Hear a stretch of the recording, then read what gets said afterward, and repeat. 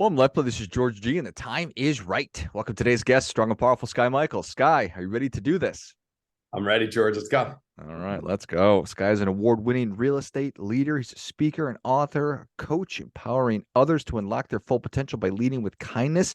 He's also the founder and host of a popular motivation and accountability group, 6 a.m.ers. Skye, excited to have you on. Tell us a little bit about your personal life, some more about your work, why you do what you do. Awesome. Well, on a personal level, my name is Skye Michiels. I live in Philadelphia, Pennsylvania. Got two amazing kids. 10, Mackenzie's 12 and Hudson's 10. And I'm happily divorced. I have a beautiful divorce situation. Great co-parent, Kristen. And yeah, I got a little pug Pickles. And for what I do in my professional life during the day, I'm the head of agent development for a real estate company called Compass, which we're a nationwide brokerage, number one brokerage in 2021 across the country. And basically my job is to build, create, and deliver content to help real estate agents all across the country, live a better life, sell better real estate, build a business in a way that really makes them feel empowered. And then in addition, sort of in conjunction with Compass, but off to the side, during the pandemic, we'll get into probably a little more of the background. I also created and launched an achievement and accountability group called the 6 a.m.ers. And that happens every Tuesday and Thursday morning at 6 a.m. We actually have two sessions, 6 a.m. East Coast, 6 a.m. West Coast. And that's sort of a passion project of mine because of the fact that I'm really, really passionate about making myself better. And in doing that, showing others how to make themselves better. I love it. What was sort of the tipping point? You're probably somebody who's always gotten up early, somebody who's always Yep. trying to consistently get better. Yeah. And you said, what was what Yeah. what was it that made you put it together? So yes, to answer that first part, I was a paper boy at the age of 12. So if anyone on this has ever delivered papers or received papers, that does not happen automatically. There's not like some machine that spits them out. That's actually a human being having to get the papers, wrap them, put them in the bags, deliver them, etc. And I was 12 years old, and that was my first job. So I've been getting up early my entire life. In addition, I was on the crew team in high school and college. And if anyone knows crew, we always row in the mornings because that's when the water is calm. There's not boats out, etc. So I've been getting up early my entire life for the most part. And the origin of the 6 a.m.ers actually begins with the origin of the 5 a.m.ers. So back in 2017, I was going through my divorce, and despite it being amicable, it still was a very major event in my life and major life change. And frankly, I was not in a good space. It rocked me. And one of my really good friends to this day, Jake Dreyfus, helped me out. And he woke up early. He's like, "Hey, I'm going to wake you up every morning. Let's get up at 5 a.m. I'm just going to send you a text message and make sure you get up." So he started doing that. Everything slowly started turning around. I was working out again, eating right, on top of my work life, etc. And we both looked at each other. That was really cool. What if we expanded it to more people? So in essence, to make a long story short, for about a year and a half or so, we ran the 5 a.m.ers, and was what we did. We woke up at 5 a.m. We invited some people from our office. We hopped on some Zoom calls every Tuesday, Thursday morning, just to sort of keep each other accountable and keep everyone else accountable. And it was an awesome thing. He moved to Colorado. I moved to Compass. Life happened, and we sort of sunsetted the group, so to speak. Life rolled on, and then all of a sudden, this little thing called the global pandemic happened. Mm. And March of 2020, the world shuts down. And when the world shut down, you're here at Compass and everywhere, really, you're sort of sitting at home, nothing to do but let's support our local restaurants. Great. Let's get takeout food. Oh, let's do a happy hour at 4 o'clock. Great. Let's drink a glass of wine, which turns into a bottle, which then at 6 o'clock, you're like, well, I have nothing else to do. Might as well open another bottle, etc. You probably remember, George, the Sure. craziness of especially those first 2 weeks. So I really was frustrated at the fact that I couldn't control what was going on outside of my doors, But what I did recognize and realize is I could control what was going on inside of my doors. And so what I did is I sent out an email to my office and said, hey, I'm going to start the 6 a.m.ers. 6 a.m., it was a pandemic, so you didn't need to get up at 5 a.m. But 6 a.m. is really an accessible hour for most people, right? It's not so far out of range or out of Right. reach that sort of opened the group up to more people. And it just started really within my office in Philadelphia. And then every month, I just kept on doing it and renewing it, and more people found out about it. And to make a long story short, to where it stands today, we've had over 5,000 Compass agents participate in it. We have a group in the East Coast, and we have a group that's in the West Coast. The West Coast group, for the most part, does incorporate mountain and central time zones.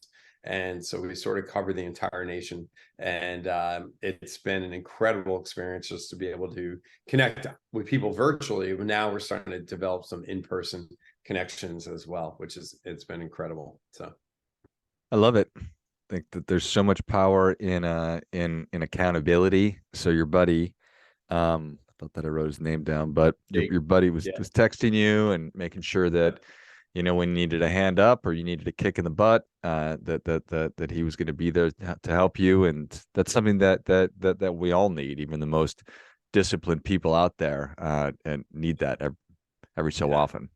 Yeah. Well, and I think too, there's something that's powerful just in the knowledge that there's other people waking up at the same time with a similar mission as you, so to speak, so similar drive.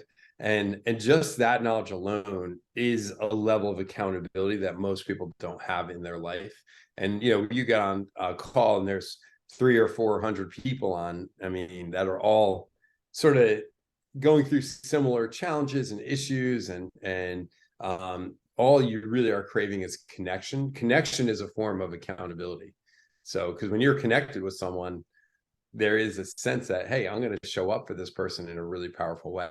So that really is where the group, the magic of the group lies, in that ability to connect people and create accountability without hardcore. It's not like you have a drill sergeant, calling you at 5:45 and say, hey, get up. It literally is that knowledge that, hey, I got 300 or 400 other people that are getting up. You know what? I'm going to do the same right now and show up for myself.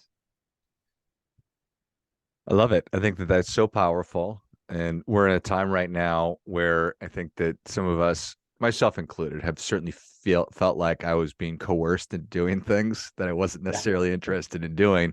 What you're describing is the opposite. It's that pull towards, it's the desire to be a part of something and not let others down that you've committed to doing.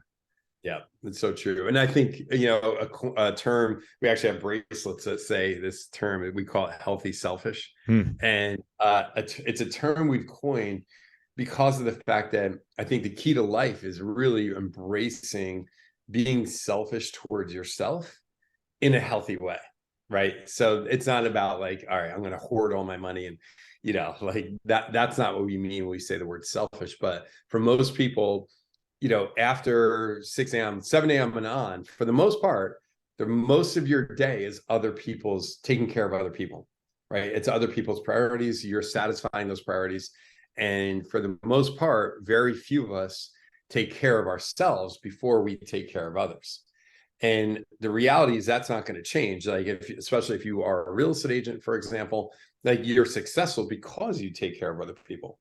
So given the fact that you can't really change that as a component of your success, what you can change is waking up a little earlier when the world is not awake. Your kids, your spouse, your clients, whoever it might be that really needs you, they're not awake. So what it allows for you to do is really make a connection with yourself, and you start your day in a healthy, selfish way, which means you're working out, or you're reading, or you're meditating, or you're doing yoga, or whatever it is that fuels you and builds you up with positivity and sort of drives you. You get to do that in the morning when no one else is awake. And then the rest of the day can be other people's priorities. But you, in essence, you put on the oxygen mask first to take care of yourself first. So then when you show up to other people, you're showing up as your best self, not your most depleted self. And a lot of us go around, we wake up, and the first thing we do when we wake up is pick up our cell phone and we go to text, email, social media, and we're in other people's to-dos immediately, as opposed to waking up and connecting with ourselves and our spirit and our health and our mind and our body, right? All these things that we know we should do. But when you carve out that special time in the morning, hence 6 a.m.ers, and sometimes for me it's even before 6 a.m. because at 6 a.m. I'm delivering the content. So sometimes I'm waking up before that to make sure I take care of myself, so I show up as my best version. I love it. I think that that's really well said. I'm fond of saying that either you live by priority or you live by pressure. And way too many of us fall into that trap that you talked about. It's like you roll out of bed, you pick up your phone, and then you're just running around with your hair on fire trying to put out everybody else's fires, and you never recharge your own battery. So, Right. so much Yeah. wisdom. Is this can I'm sure you hear this all the time. Well, I'm just not a morning person. What do you say to that? So you are what you decide you are. Mm. Right? If you say, well, I'm not an athlete, that's a decision. We're all born, we're all born with certain genes and certain attributes. And yes, we develop ways that we feel are successful, but you get to decide what you are. So most people that say I'm not a morning person, most of the time they say that as a way to protect themselves, right? Our brain is still a caveman brain, right? It's still operating constantly in a state of protect. And if I say I'm not a morning person, what that says is I don't need to be vulnerable and put myself out there and risk failing at waking up in the morning. So I'm just going to go stick to my routine, even if it's not the healthiest of all things. And the reality is that every person gets to decide what they are. So if you decide you're a morning person, well, then you're a morning person. And the problem with a lot of people that say they're not a morning person, they've never created structure or routine or habits that they enjoy in the morning. They say they're not a morning person because they're waking up late and, once again, immediately entering a stress environment immediately, because they're waking up at 7:30 or 8 o'clock in the morning or whatever, maybe later, and the rest of the world's already running. So therefore, they don't like the mornings. Imagine a world now, if the person that says I'm not a morning person, well, what do you enjoy for yourself? Oh, I enjoy working out, or I enjoy this. Most of those people don't do it because at the end of the day, you're depleted. Your energy is depleted. And the reality is your morning is a place where you get to fuel yourself and become your best version.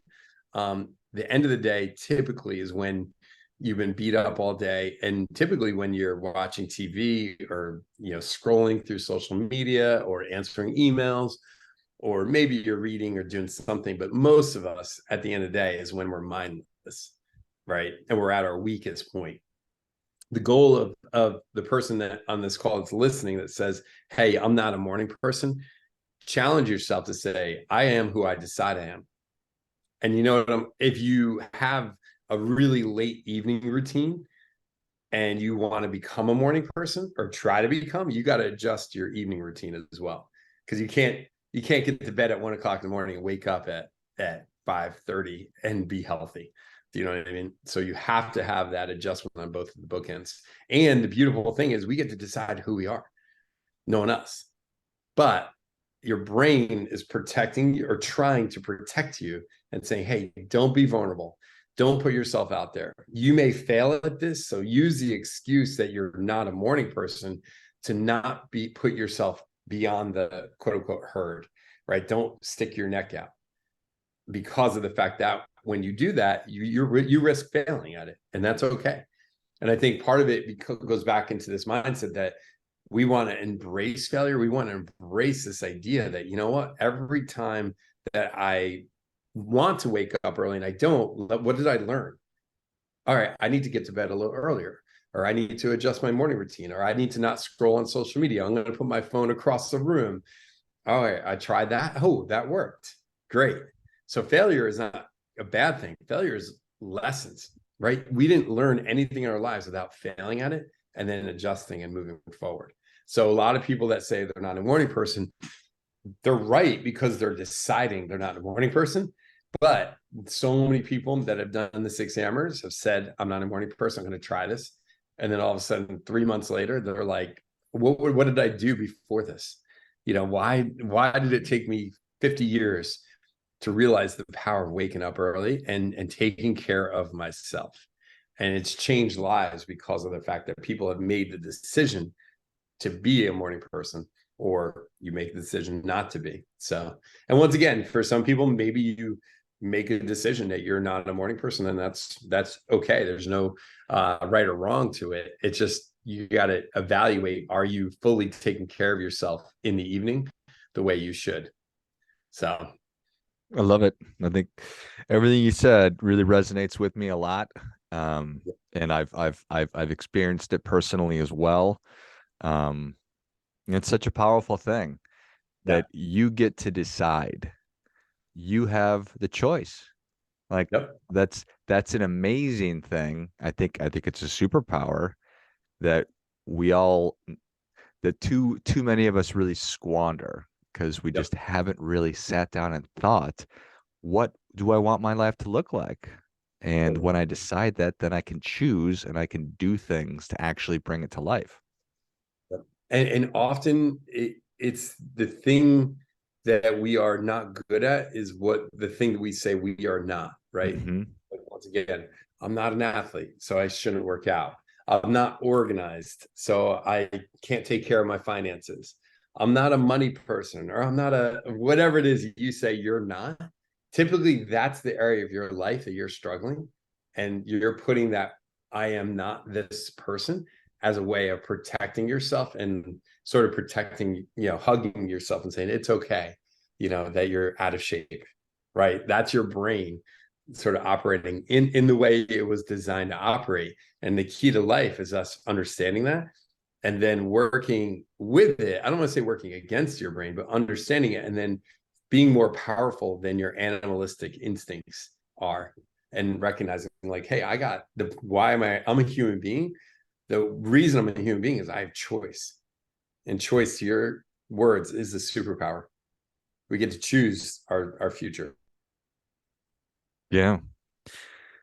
At some level, I think we are probably working against it, right? You're working against that momentum or that inertia. I'm doing what I've always been doing, and so that's how I arrive here. And I am by no means smart enough to talk about neuroplasticity and neural pathways, but I've been told that we have these grooves that we just consistently follow. So in order to break free of that, we need to recognize it, which is what you've just been talking about, and then actually work to create new ones and stop doing the old ones.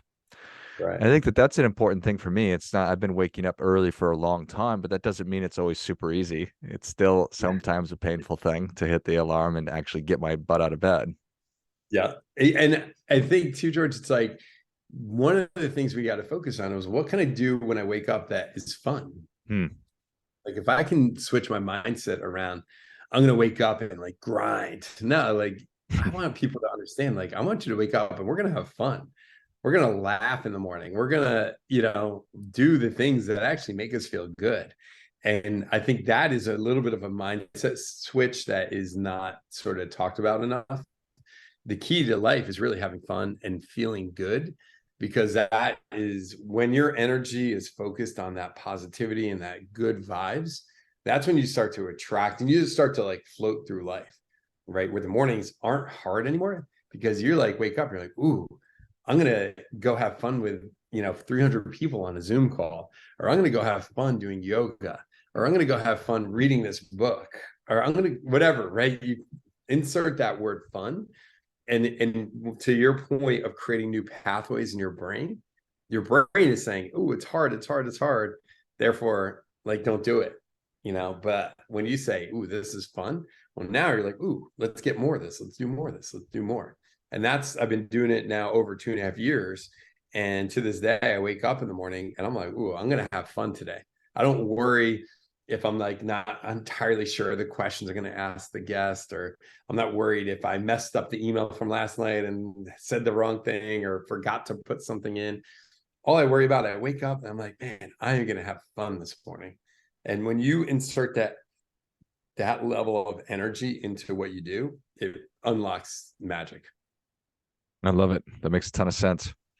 So I shouldn't do the worst thing ever right after I wake up. It's not going to be really an incentivizing thing. Exactly. Exactly. Shouldn't You're be like, like oh, I'm waking up to go torture myself. I got it. exactly. Yeah. And once again, it's like, hey, if working out is not fun for you, then don't do working out in the morning. Like, what is it in your life that like is that fun thing or that high energy activity that makes you smile, right? If anyone on this call is listening and you're like, well, I don't know what it is I do that. Well, what is it you do that you wake up and you smile at? And for, like I said, I have one person in the group that always sticks out. She said folding laundry was her morning routine, and the reason why is because it gave her a sense of control over her day. Hmm. That she was actually showing, because she was also a professional and a mom, and it gave her that sense that she was being a great mom and she was in control of her home, which allowed her then to go out into her personal life. And for her, she didn't like working out. So I was like, great, don't work out. You don't need to work out. If that's not for me, I like working out. Like, I look forward to that. That's fun for me, but that's just me. So for her, folding laundry and making sure that house, like, she knew before the kids got up, like, she was a great mom, right? And now, once again, we go back into this choice. She was choosing to tell herself, I'm a great mom. The laundry's done. As opposed to saying, well, I'm going to wake up and start emailing, and I woke up late, and then you get home and the laundry's not done. The kids don't have uniforms for sports, and now I'm horrible. And right. So for her, it was all about inserting that level of control into her day. And that was what made her feel good and made her smile. So Awesome. think about what makes you smile, and then do that first thing in the morning. You'll start to crave waking up early. Love it. Well, Skye, thank you so much for coming on. Where can people Okay. learn more about you? How can they engage with you with Awesome. Compass and the 6 a.m.ers? Yeah, so the best place is probably Instagram. That's a great spot that you can get. We put out daily content around positivity, motivation, meditation, etc. So on Instagram, it's at the number 6 AMERS. You can also go to our website, which is once again the number 6 AMERS.com. And then my personal Instagram is just at Skye, SKYE, Michiels, Michiels. So that's a good spot where I put out a lot of content about myself and what I'm passionate about, and Compass as well. Awesome. Well, if you enjoyed as much as I did, show Skye your appreciation and share today's show with a friend who also appreciates good ideas. Find him on Instagram at the 6 AMers. It's at the number 6 AMERS. That's for Instagram. And then also or rather, the6amers.com. And then it's Skye Michiels, SKYE MICHIELS on Instagram as well. I'll list all those in the notes of the show. Thanks again, Skye. Thank you so much, George. It was a great morning. And until next time, remember, do your part by doing your best.